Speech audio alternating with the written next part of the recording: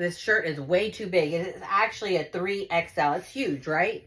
So this is a way to make any big shirt that you like. You know, I got this because I loved the arms. You see all the arms, how they have like that glitter on them?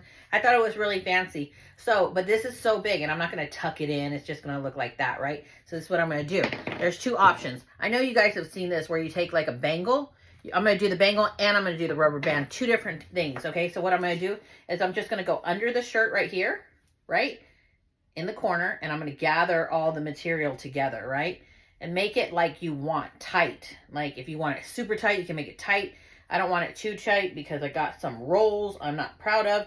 And then grab the material, right? Underneath, on the back, you see? Underneath, under back.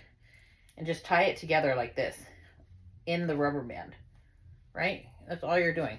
Like super simple, look. See? That's all you're doing, right? Let it down and adjust it. And look at this. I just went from like a big shirt that didn't fit to something that's tailored and it comes to the side, which I think I'm going to move it a little bit further to the side in a second. Or you could also get your little bangle and put it right here, right?